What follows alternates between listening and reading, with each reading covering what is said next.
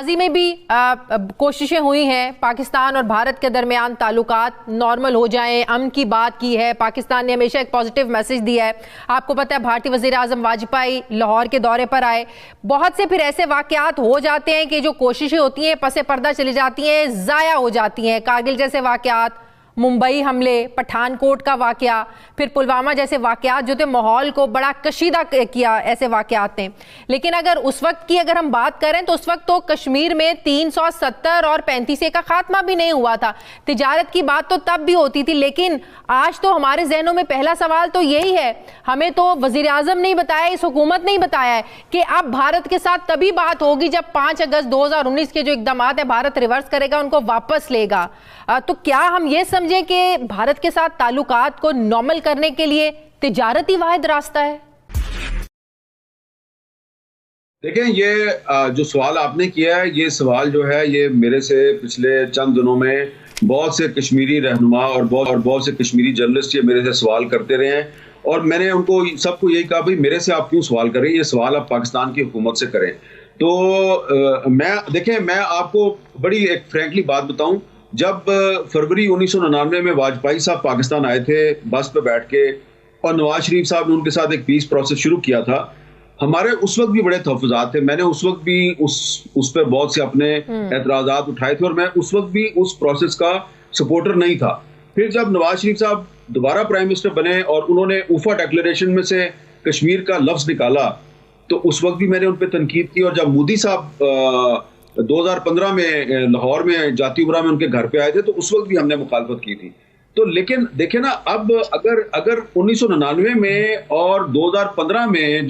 जब Indian prime minister खुद चलकर आपके पास पाकिस्तान आ रहे हैं, और हमने नवाज शरीफ पे तनकीद की, और जो उनके सियासी मुखालफिन थे इंक्लूडिंग इमरान खान, उन्होंने कहा मोदी का जो यार है गद्दार है गद्दार है। भाई उस वक्त तो 370 मुअत्तल नहीं हुआ था, 35A मुअत्तल नहीं हुई थी, अब तो 370 मुअत्तल हो चुका है। अब तो आपने मोदी को हिटलर करार दे दिया। तो हमें इमरान खान साहब ने अभी तक समझाया नहीं है कि अचानक रातों रात वो ऐसे कौन से वाकयात पेश आए हैं, कौन सा प्रेशर है उन पर कि वो हिटलर जो है उसको अचानक उसने आपको खत लिख दिया, आपने उसको खत लिख दिया। चले आज काबीना ने इंडिया के साथ तिजारत का फैसला मौखर कर दिया, लेकिन कल जो आपने खत भिजवाया मोदी को, उस खत में आपने कश्मीर का जिक्र तो किया, लेकिन ना आपने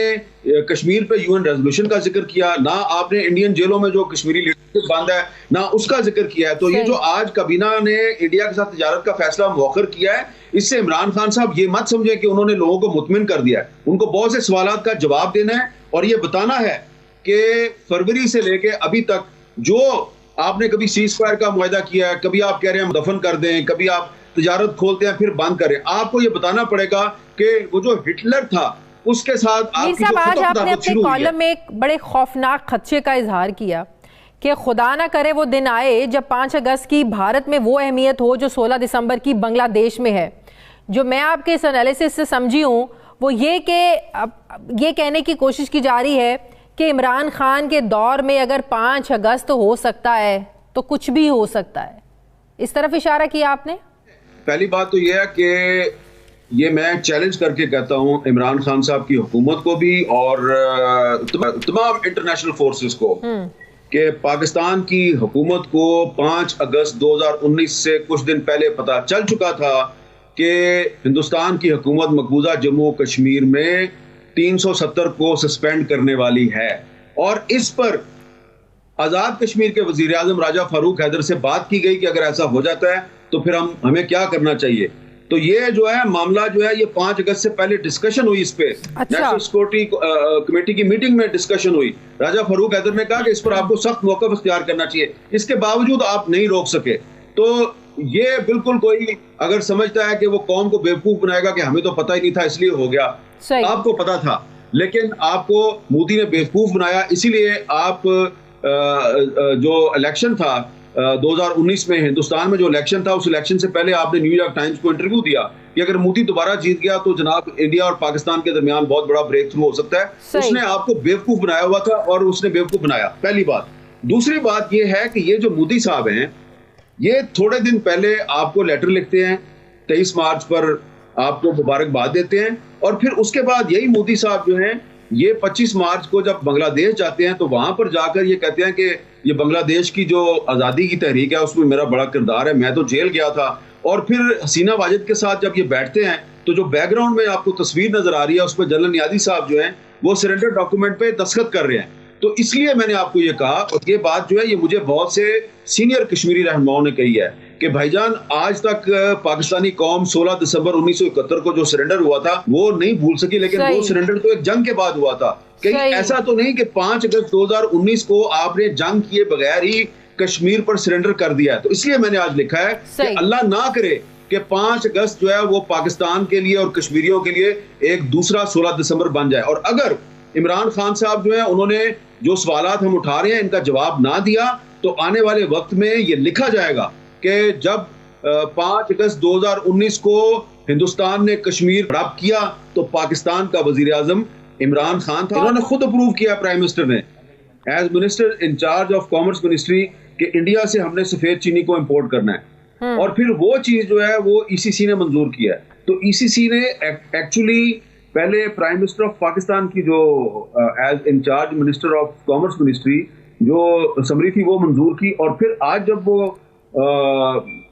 काबीना के इजलास में आई तो काबीना ने अपने ही प्राइम मिनिस्टर की पेश करदा और मंजूर करदा समरी जो है उसको रिजेक्ट कर दिया। और शाह आपको क्या लगता है मीर साहब,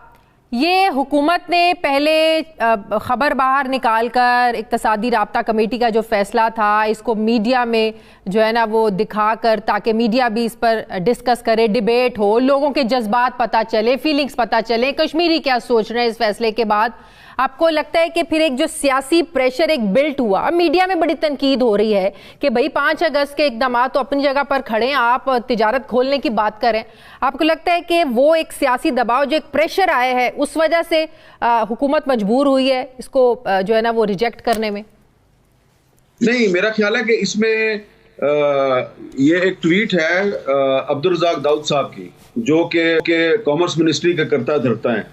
तो ये अब्दुल रज़ाक दाऊद साहब जो हैं इन्होंने 29 मार्च को ये कहा कि a meeting was held with the prime minister Imran Khan, escalating prices of cotton yarn were discussed. He was sympathetic towards the value-added sectors and advised that in order to ease the pressures on yarn and keep momentum of value-added exports, यानी कि indirectly वो कह रहे हैं कि India के साथ आप तिजारत खोल दें। तो इसमें प्राइम मिनिस्टर और अब्दुल रज़ाक दाऊद साहब का ये फैसला था इंडिया के साथ तिजारत खोलने का, जिसको ईसीसी ने मंजूर किया, और पहला दिन था हमाद अदर साहब का, और आज वफाकी काबीना ने उसको रिजेक्ट कर दिया। तो मैं समझता हूँ कि ये पाकिस्तान की तारीख का पहला वाकया है कि वफाकी काबीना ने अपने ही प्राइम मिनिस्टर की समरी को मुस्तरद कर दिया, और उसमें वजीर खारजा शाह महमूद कुरैशी साहब भी थे, शीरी मजारी साहबा भी थी, असद उमर साहब भी थे, फवाद चौधरी साहब भी थे। इन सब ने कहा जी कि इंडिया के साथ तिजारत नहीं होनी चाहिए जब तक कि 5 अगस्त 2019 का जो इंडिया का फैसला वो। लेकिन मीर साहब हम इसको अगर इस एंगल से देखें, अगर इसकी पॉजिटिव साइड दूसरी हम ये देखें कि प्राइम मिनिस्टर साहब जो हैं वो काबीना के जो फैसले हैं उनको रिस्पेक्ट करते हैं, अगर उनकी अपनी कोई राय है भी, कोई फैसला करना भी चाहते हैं, वो इम्पोज नहीं करते हैं, वो काबीना की सुनते हैं, काबीना के फैसलों को मानते हैं, रिस्पेक्ट देते हैं।